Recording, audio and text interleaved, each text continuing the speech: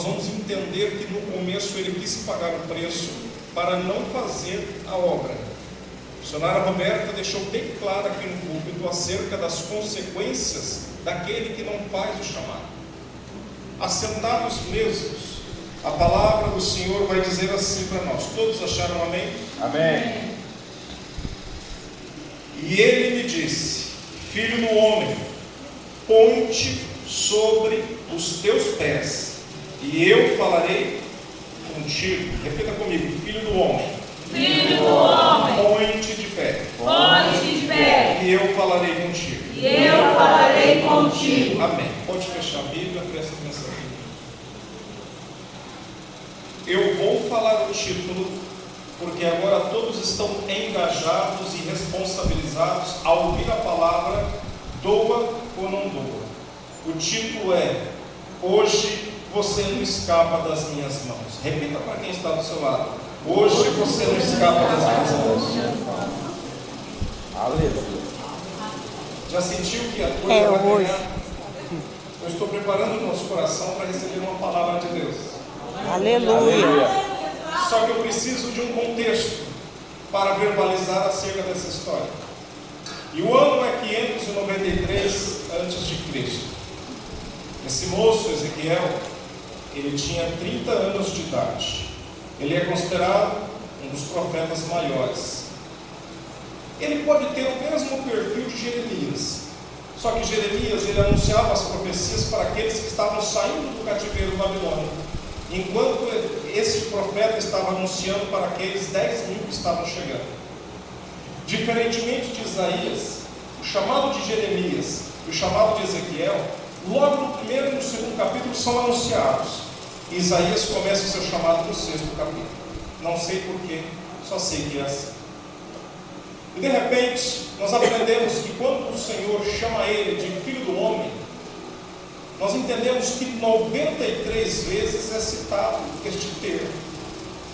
E eu fui estudar, significa que o filho do homem é para que ele reconheça que ele é pó e veio do pó. Simplesmente isso. E ele é um sacerdote aos 30 anos. Por incrível que pareça, aquele que deu início ao ministério sacerdotal, filho de um sacerdote, começa aos 30 anos de idade. A cidade chama-se Kippur. Repita comigo: Kippur. Hoje fica na Turquia, na beira de um belo rio. E o Senhor precisava chamar alguém para anunciar uma palavra de conserto, uma palavra de renovo, uma palavra de restauração, uma palavra de retorno para o Deus Criador dos céus e da terra. Este Deus que eu anuncio, diante do seu trono, ele olhava o seu povo que estava simplesmente escravizado pelo reinado babilônico. Ele olha para este Ezequiel e diz: é ele que eu vou usar.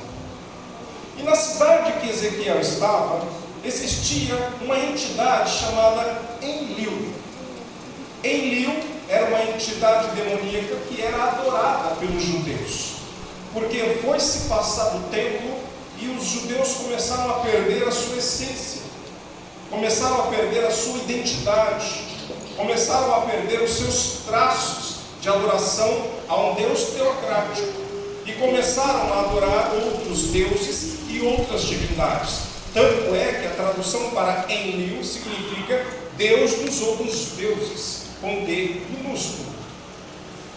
E ele estava no templo do Senhor, e de repente ele vai lá para fora, e ele começa a ver algo diferente.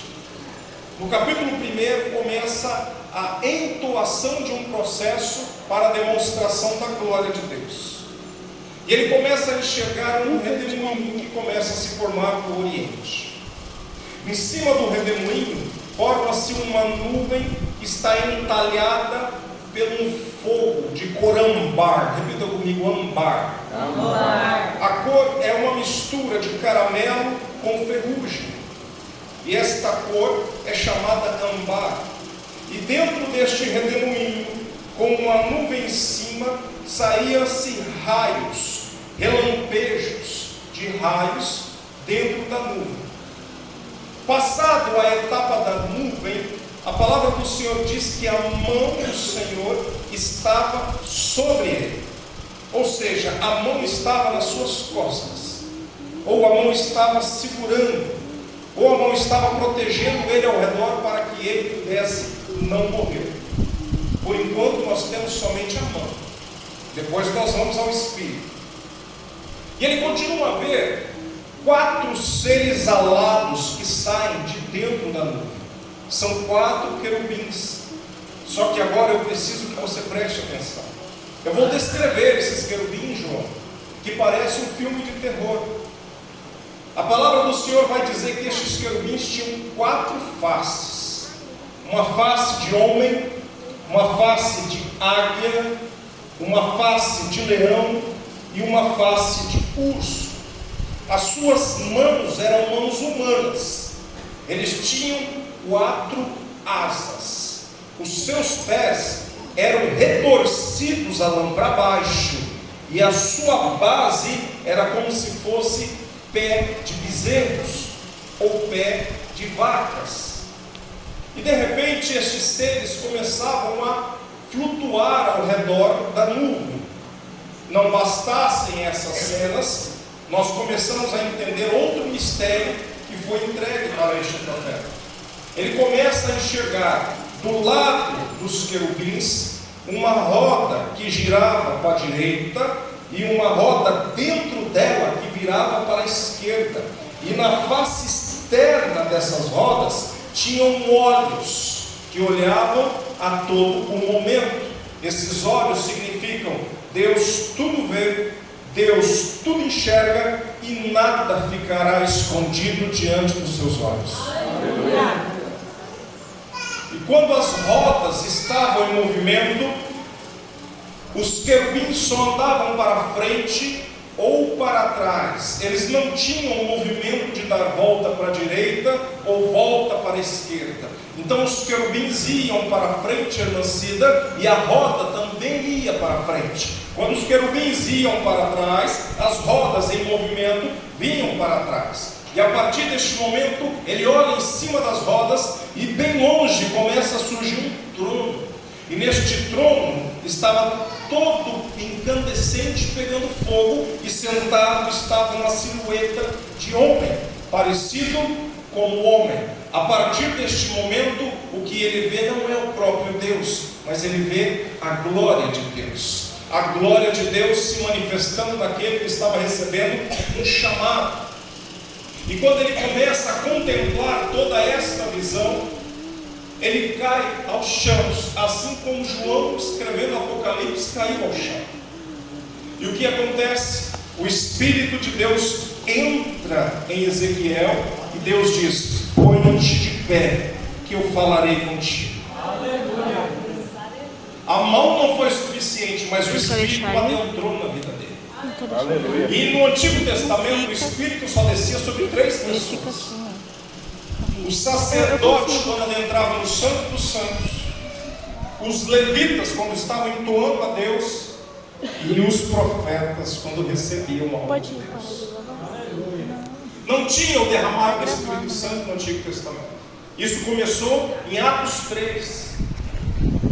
E de repente ele começa a receber a determinação que ele deveria fazer. E o Senhor Jeová começa a anunciar a missão que foi dada. A missão era essa: Filho do homem, o meu povo esqueceu de me adorar. O meu povo, depois que foi raptado para a Babilônia, começa a se curvar diante dos deuses. O meu povo, que tanto eu cuidei, eles simplesmente não me adoram mais. A essência e a suavidade não sobem nas minhas narinas. Para mim o céu está em silêncio. Olhem para eles e vejam, adorando outros deuses, se contaminando, fazendo coisas que nunca passou pela minha cabeça. Mas hoje eu te constituo profeta, e este povo de Judá, porque ele morava em Judá, este povo de Judá verá que existe profeta nesta cidade. Seria possível fazermos uma viagem até aquela pregação da viúva de Naim? De repente Jesus ressuscita o jovem. E o que eles começam a gritar? Verdadeiramente nesta cidade existe um profeta. Lá estava Ezequiel no lugar de Jesus Cristo. E Jeová continua falando para ele. E ele diz assim: você vai anunciar a minha palavra. E é verdade que eles têm um coração duro, pior do que um diamante. Só que você não vai se rebaixar. Você não vai baixar a sua guarda, porque eu te coloco dente por dente, testa por testa para eles. Preste atenção no que eu estou te ensinando, Ezequiel. Este povo fala a mesma língua. Então eles vão ter que te ouvir, mas eles não vão fazer aquilo que eu estou mandando. E ele continua, só que eu quero dar uma parada aqui para você entender. Quando tudo acaba, ele vai para sua casa. Ele tinha esposa. E era para ele começar a anunciar e entrar dentro do templo, dentro da casa do Senhor. Ele era sacerdote. Então onde que ele tinha que entrar? No templo. Ele sai de casa bem vestido com as suas roupas sacerdotais. Só que ele passa por frente do templo. Ele vem pela lateral e ele fica aqui atrás. Atrás do templo, a Bíblia diz isso. Ele fica atrás do templo. E ali ele senta, sabe por quê? A Bíblia vai nos dizer que ele ficou em pânico. Ele ficou desesperado, com medo. Ele ficou com o espírito tenebroso do que ele viu e do que ele ouviu. E lá vai o sacerdote, veste as suas roupas, passa o perfume e passa aqui do lado atrás da igreja. E fica sentado aqui atrás. Sabe quantos dias ele ficou sentado ali atrás?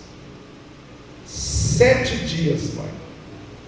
Durante 7 dias, ele fazia a mesma viagem. Momagno, a mesma viagem. Por quê? Ele passava pela porta do templo e ele sabia que ele tinha que vir aqui, colocar o joelho, orar, levantar, apontar o dedo e falar: assim diz o Senhor. Mas ele não teve essa capacidade, não. 7 dias se passaram. Adivinha quem foi ao encontro dele atrás do templo? O Senhor Jeová. Aleluia. O Senhor Jeová desce de novo. E ele sentado. E eu te pergunto, por que ele não foi anunciar? O Espírito estava sobre ele. Ele viu a glória de Deus. Ele era sacerdote. Qual é o motivo de não anunciar os juízos de Deus? Sabe por que nós não anunciamos o Evangelho? Porque nós temos vergonha. Porque nós temos uma vida que não é um exemplo. Porque alguém vai falar: você me ofereceu o Evangelho? Se for para ficar igual a você, não quero. Você vai me oferecer o Evangelho? Por que você não mudou? Você vai me oferecer o Evangelho? Primeiro muda você, depois eu vou atrás. Você com a língua desse tamanho, e ele sentado lá, e ele não queria dar continuidade. A mesma coisa é o ID do Senhor. Tente se lembrar qual foi a última alma que você ganhou para Cristo. A última alma que se rendeu aos choros, aos prantos, às lágrimas. O ano passado eu estava em Jardim. E de repente, um senhor sentado, e todos desviavam dele.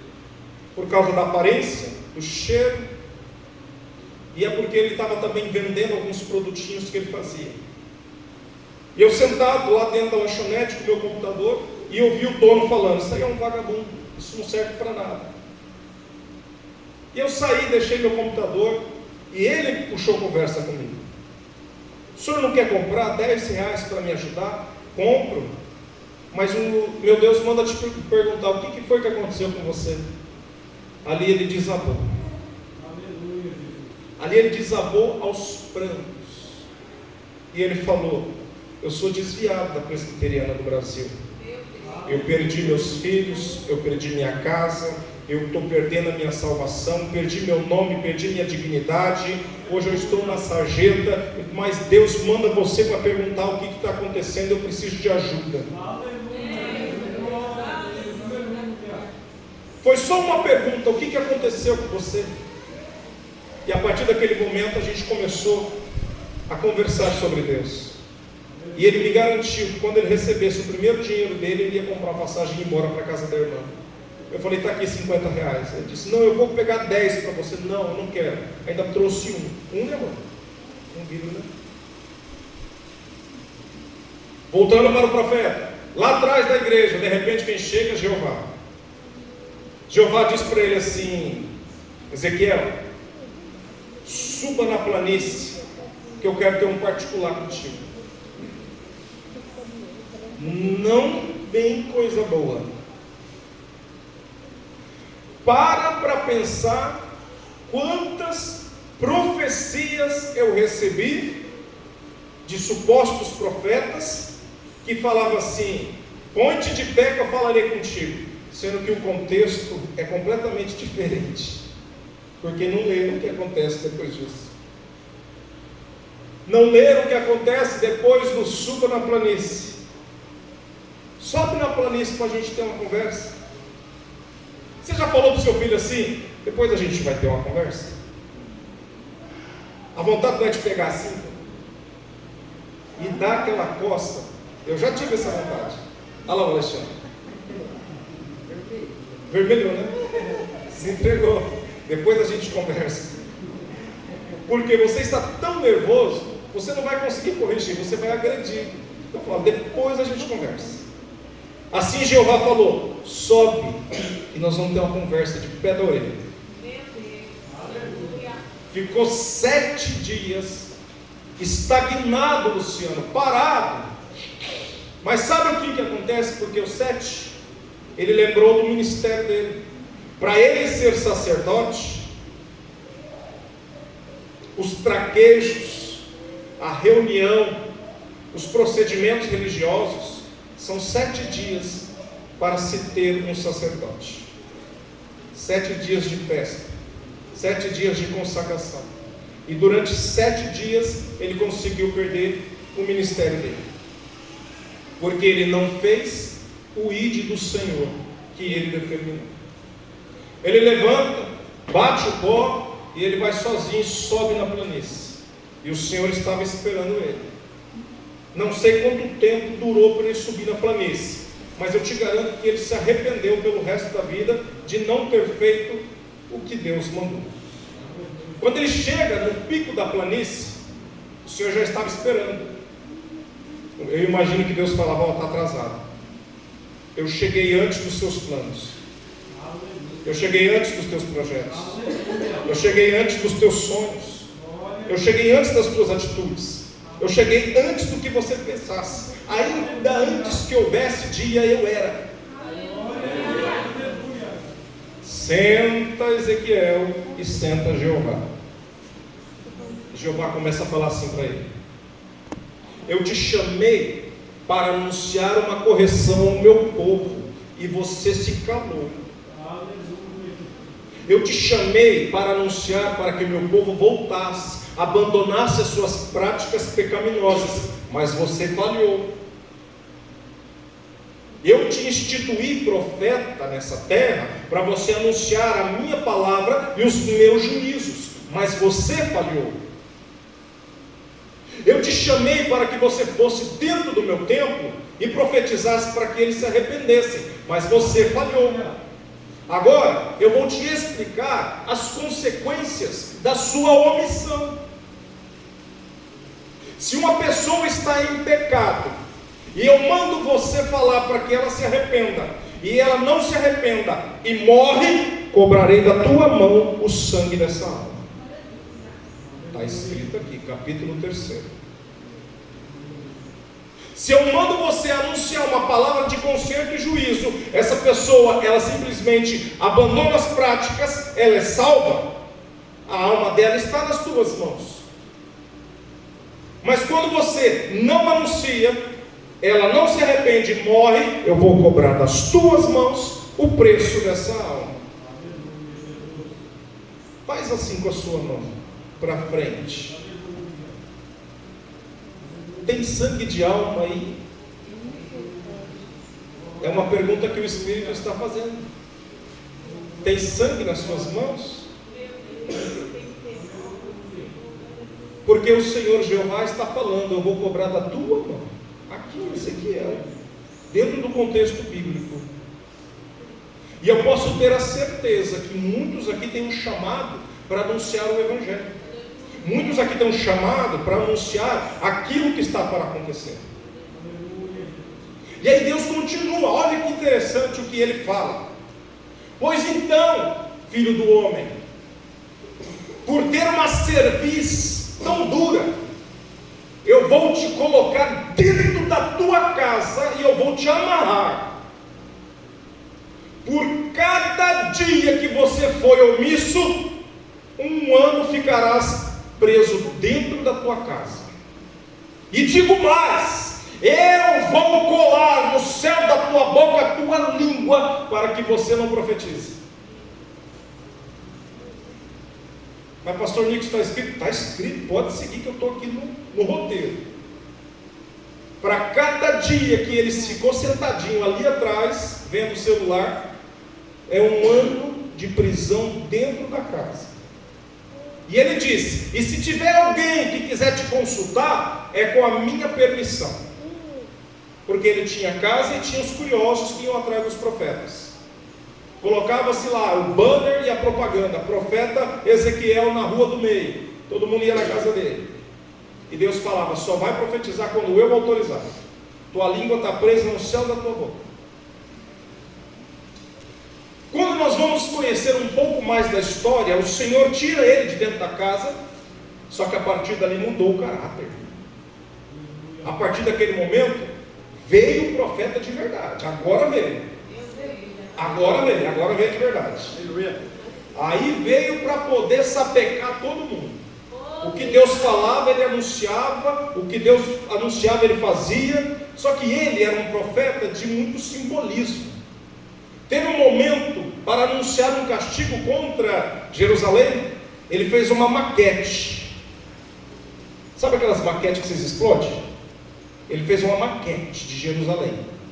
E ele ficou 395 dias deitado do lado esquerdo. Ele ficou 40 dias deitado do lado direito, para que depois ele pudesse se levantar e anunciar uma profecia. O Senhor Jeová desce e diz para ele assim: eu vou tirar aquilo que tu mais amas, mas não é para chorar, não é para reclamar e não é para você esbravejar. Quando é pela manhã, o Senhor recolhe a esposa. O Senhor recolhe a esposa. E ele vai enterrar a esposa, sem reclamar, sem chorar. Sabe por que isso aconteceu? Existem resquícios na nossa vida que elas são assim.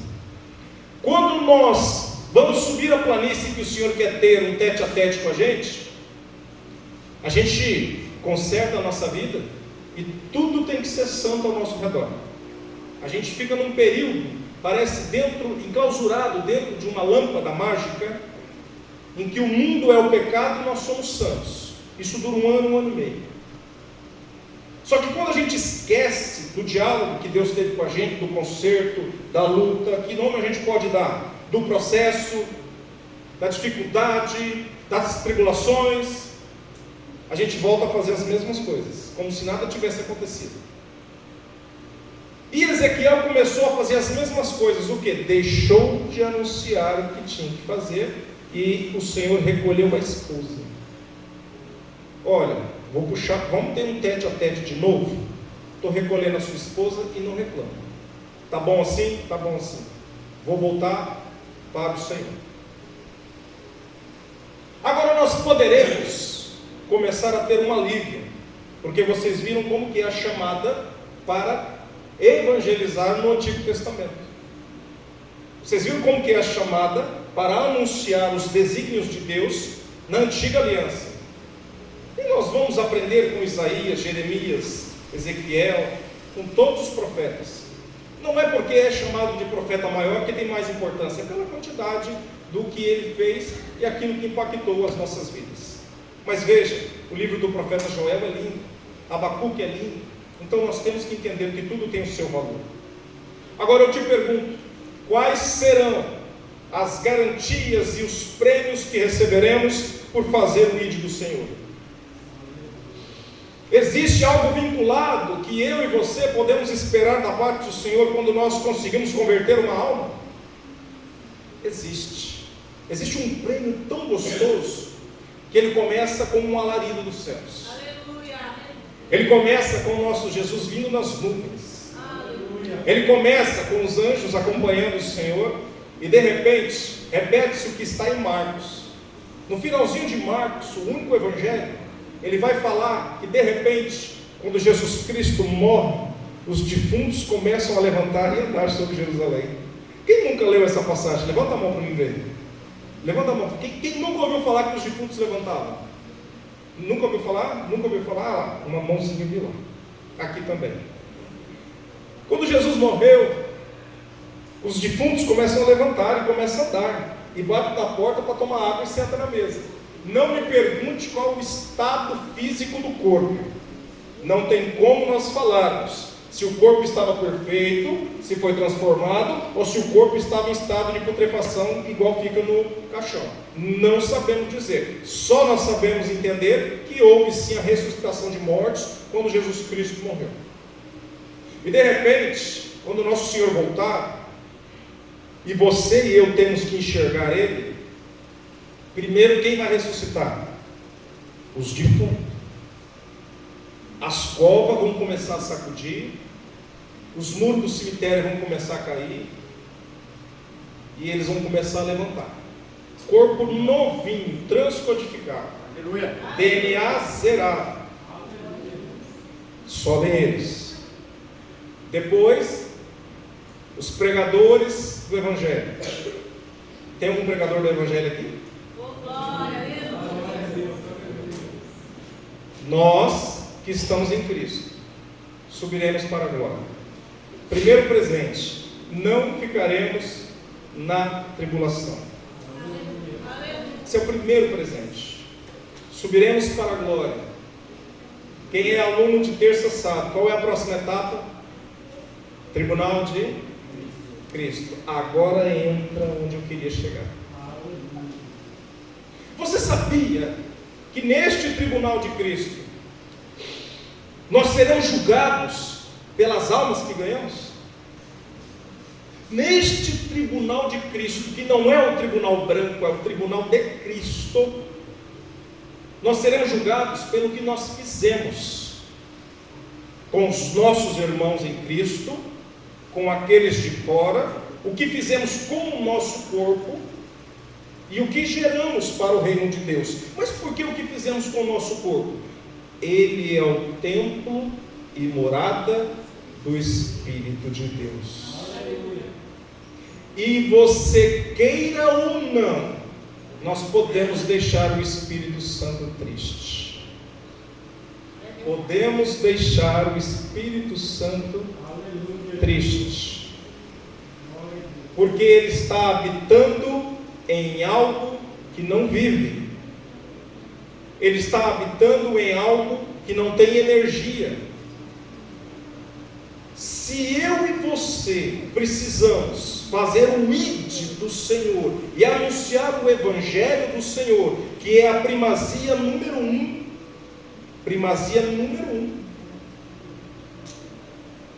não estamos fazendo, a pergunta é: qual o objetivo do Espírito morar dentro de mim e de você? Quer uma prova?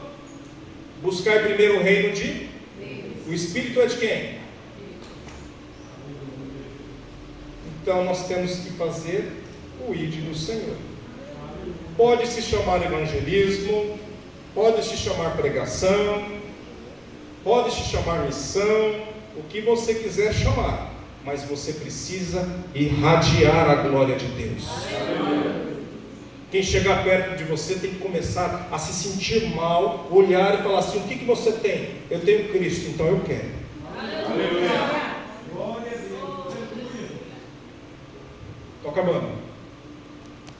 E nesse tribunal, não é tribunal para julgar, não é tribunal para poder te condenar ou me condenar. É um tribunal para analisar as nossas qualidades aqui na terra. Então eu vou ser julgado pela fofoca que eu fiz. Não, nós já fomos salvos pelo sangue de Cristo. Agora é uma contabilidade para ver quem seremos nos céus. Por quê? Lá nós teremos privilégios diferentes. Da mesma maneira que existe uma hierarquia dos anjos, nós teremos uma suposta hierarquia acerca daqueles que estão lá em cima e o que fizeram aqui. Basta saber que nós temos 24 anciões, estão acima da hierarquia. Alguns dizem que é um representante de cada tribo e os 12 apóstolos. 24 anciões. Judas vai estar lá? Não, Paulo entrou no lugar. Tá, mas ainda sobrou um. A gente coloca uma cadeira de lado. Vocês estão entendendo, amém? Amém. Neste julgamento, de em cima da nossa cabeça, vai ser analisado acerca de pedras preciosas. E essas pedras estão vinculadas com a quantidade de almas que ganhamos. Com a quantidade de almas que ganhamos. E por incrível que pareça, as almas mais difíceis para serem ganhadas estão dentro de casa. Por quê? Está dentro de casa. A nossa geração, que hoje aceita Cristo, tem uma dificuldade muito grande com a geração que passou, os mais velhos, e com a geração que está chegando, os mais novos. Olha a dificuldade que é você controlar o adolescente. Olha a dificuldade que é você mostrar para o pai e para a mãe que agora nós somos cristãos. É uma dificuldade muito grande. E como quebrar este tabu? Demonstrando por atos e atitudes que nós mudamos. Que nós mudamos.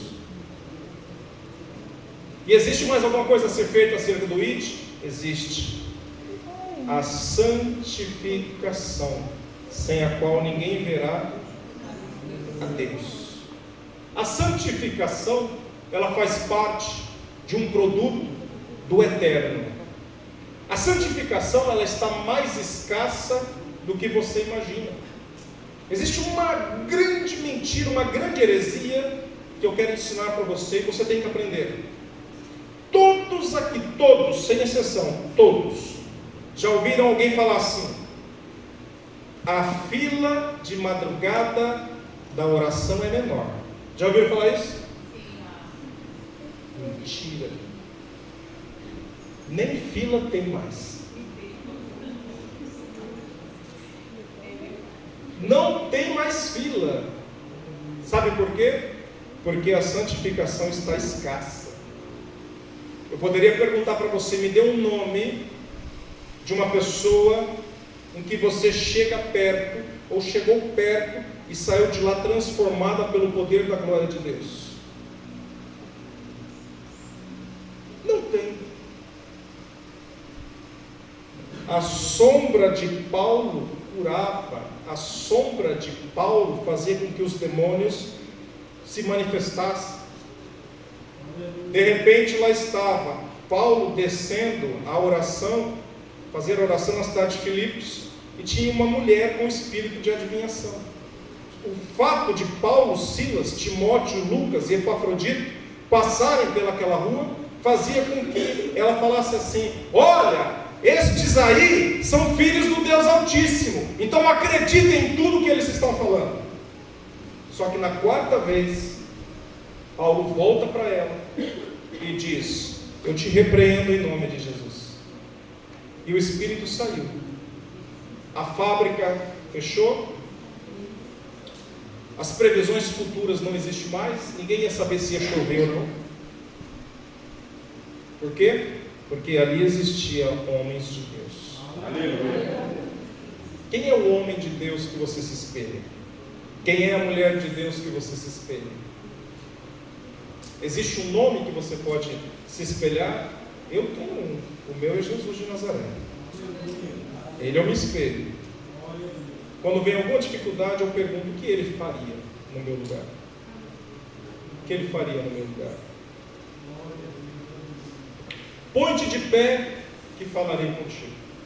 A grande dificuldade de conseguir um evangelho com eficácia, com poder e com autoridade, é entender quem é você. É entender o que está passando dentro da sua vida, é entender o que você deseja do evangelho. O que você espera do evangelho? O que você aguarda do evangelho? Quando nós falamos o que você aguarda, o que você deseja, é compreender que a cada dia nós temos que melhorar, a cada dia nós temos que evoluir. Só que existe um problema muito grande, que para você evoluir, você precisa compreender o manual daquele que te dá a promoção.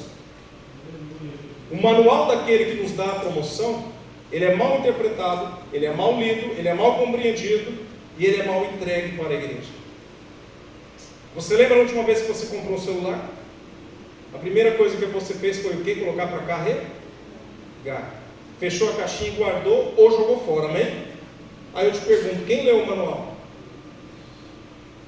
Alguém lê, Joab, o manual? É a mesma coisa com o evangelho. Se você não ler o manual, você não evolui. Lá no livro de Apocalipse diz que abençoado é aquele que lê estas palavras. Abençoado é aquele que interpreta essas palavras. Está precisando ser abençoado? Comece com o mais difícil, que é o Apocalipse. Aqui já é uma bênção vinculada. É uma bênção vinculada. Abençoado é aquele que lê estas palavras. Você viu uma chave de vitória que está sendo entregue? Aleluia. Está sendo entregue, receba em nome de Jesus. Começa com aquilo que é mais difícil, o Apocalipse. Quando você entender, aí você começa com os mais fáceis. E ele diz: põe-te de pé. Por que pôr de pé? Porque você não foi escolhido para ser humilhado. Você não foi escolhido para viver da luta. Você não foi escolhido para sofrer eternamente aqui nesta terra. Você não foi escolhido para andar com a cabeça baixa na cidade, pensando o que as pessoas vão dizer. Veja que Ezequiel se escondeu. Ele não poderia esperar ali na frente, mas ele se escondeu. Se escondeu dos outros sacerdotes, porque iam falar para ele: entra, entra. E aí ele teria que passar vergonha aqui dentro, porque ele não ia falar assim diz o Senhor. Ele tinha medo de perder o status, medo de ser excluído da igreja. Até mesmo porque era uma sinagoga. E você? Você tem medo de anunciar o evangelho? Eu estou falando bem baixinho para você prestar atenção em mim. Você tem medo de pregar a Cristo? Pregar a Cristo é lucro. Pregar a Cristo é viver o evangelho. Eu acredito que o nosso Deus está cansado da gente utilizar o evangelho como uma muleta de bênçãos, mas deixar a essência de ganhar almas. O nosso vizinho, os nossos filhos, os amigos de trabalho. Talvez você não precisa falar nada, mas ele olhando para você, ele fala: o que você tem eu quero. Isso daí para mim é bom. O que você tem eu quero. O que você tem? Eu tenho uma mensagem da salvação. Meu Deus amou o mundo de tal maneira que deu seu Filho unigênito para todo aquele que nele crê, mas não pereça e tenha a vida eterna. É uma evangelização. É a demonstração do poder, da glória do Evangelho de Cristo. É tão simples e não precisa grito, não precisa pular, não precisa fazer marabalismo, não. Jesus te ama. Jesus te ama. Glória a Deus. E é ponto final. Ninguém pode tirar o amor de Deus da nossa vida. E aí Paulo escreve assim: as profundezas não podem nos afastar do amor de Deus. Os demônios não podem nos afastar do amor de Deus.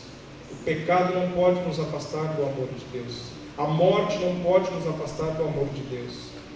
As alturas não podem nos afastar do amor de Deus. Os anjos não podem nos afastar do amor de Deus. Você tem o amor de Deus hoje. Dá um pouquinho para quem não tem. Divide só um pouquinho do que você recebe de Deus. Dá um pouquinho para quem não tem. Um sorriso. Um Jesus te ama. Só isso. Só isso. Abaixa a sua cabeça. Abaixa a sua cabeça. A gente consegue aquele fundo Agnus Dei, piano? Nossa sonoplasta vai colocar. Vai orando. Vai orando. Santo, santo, santo, santo é o Senhor nosso Deus. Aleluia.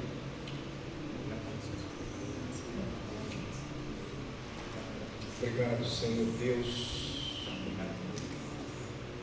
Obrigado porque nós estamos vivendo a geração que não enfrentará a morte. E o Senhor ainda nos dá a oportunidade de evangelizar, a oportunidade de anunciar a salvação através de Cristo. E nesta noite, eu chamo o Teu Espírito sobre as nossas vidas. Revela os Teus oráculos nesta noite. O Senhor tem a liberdade para falar no nosso meio. O Senhor tem a liberdade para anunciar o que queres anunciar para a igreja. Aqui está sendo formado, Senhor, um exército de mensageiros. O Senhor é um Deus que fala.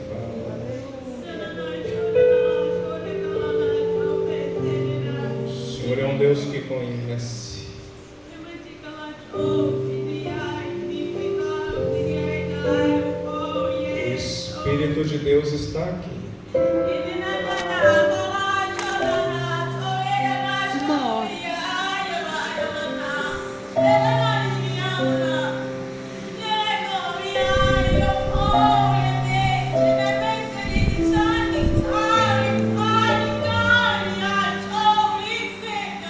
Assim digo eu.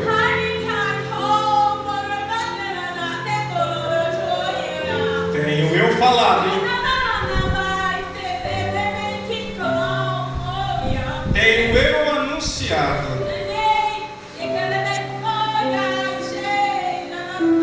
Fui eu que te chamei.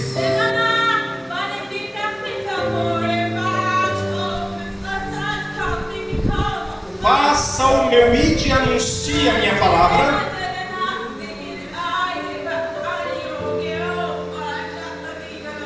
Estou cansado.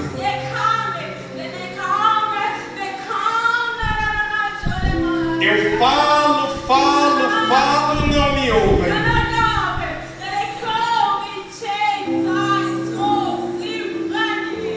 Mas eu ainda tenho os meus profetas que anunciam o que querem. Glória a Deus, aleluia. Está acabando os dias.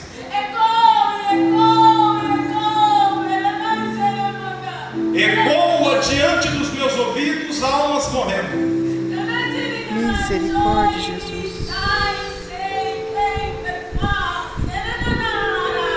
Derramarei do meu espírito nestes últimos dias.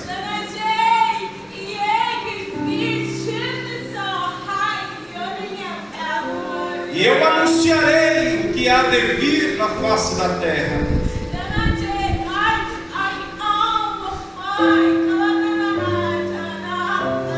Mas não esqueça que eu tenho cobrado. Não esqueça que eu tenho falado.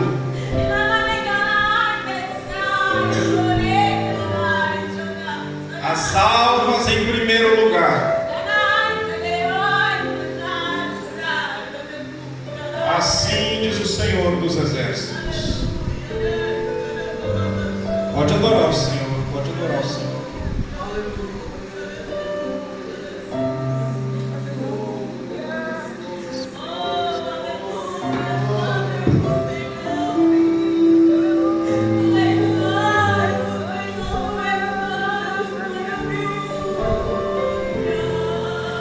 Existe uma atmosfera profética neste lugar. Uma atmosfera profética começa a tomar conta da igreja a partir de agora.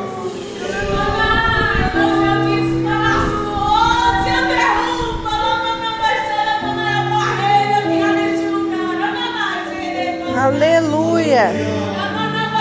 Glória a Deus. Pare de pelejar contra vós mesmos, diz o Senhor. Aleluia. Pare de pelejar contra vós mesmos. Espertem a conta. Aleluia, Jesus. Eu envio o meu Espírito, eu derramo sobre os corações. Santo, santo, santo, santo, santo. Santo, santo, santo, aleluia, Jesus. Aleluia. Glória a Deus.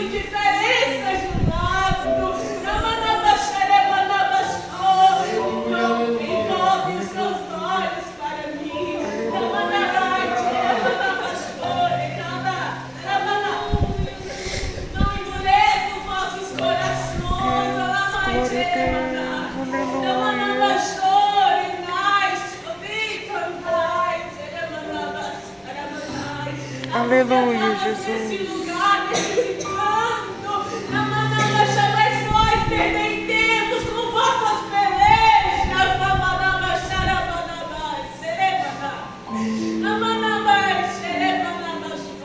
Aleluia. Glória a Deus.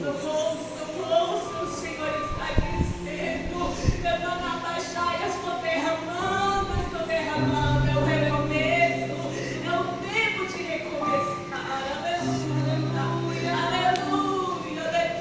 Deixai vossas espadas de lado. Parar de ferir-vos uns aos outros.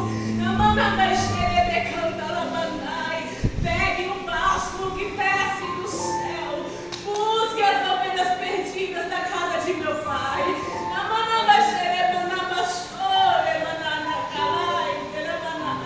Que a minha paz seja conforto. Aleluias. Obrigado, Senhor Deus.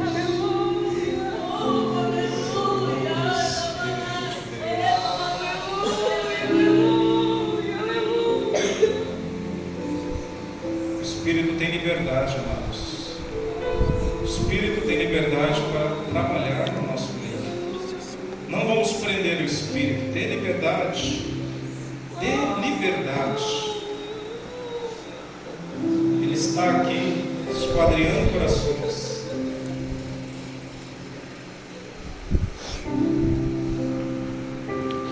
Obrigado, Espírito de Deus.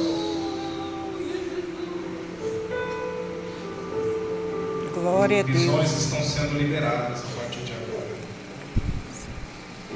Visões estão sendo liberadas.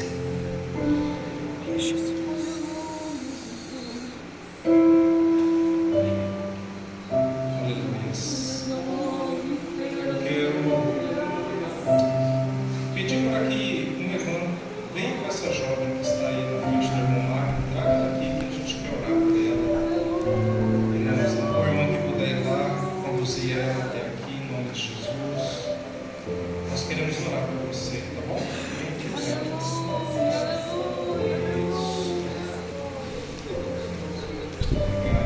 Glória a Deus. Aleluia. Senhor nosso Deus, que está, Senhor, a tua filha, a igreja, a partir de agora, começa a levantar um clamor ao favor dela, e na autoridade Senhor dos Exércitos comece, Senhor, a contemplar o desejo do coração, porque ela tomou a iniciativa de sair do seu lar e estar na casa do Senhor. E o Senhor é um Deus que conhece, o Senhor é um Deus que guarda, que protege, o Senhor é um Deus que ama, Senhor, as vidas. Por isso, nós queremos a partir de agora profetizar sobre a tua filha, que ela compreenda e entenda o tamanho imensurável e incomensurável do teu amor e da tua presença. É o que nós te pedimos. Deixa eu te falar, você congrega em algum lugar? Não? Você já aceitou a Cristo? Já? Está em comunhão com Cristo? Quer voltar para os caminhos do Senhor hoje?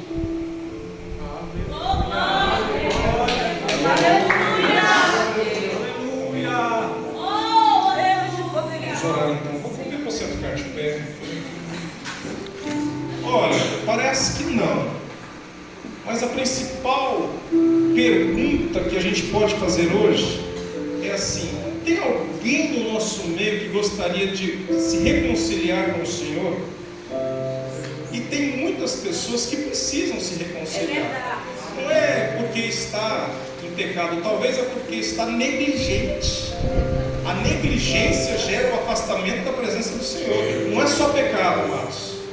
Tá? Não é só pecado. Tem alguém hoje que gostaria de se reconciliar com o Senhor?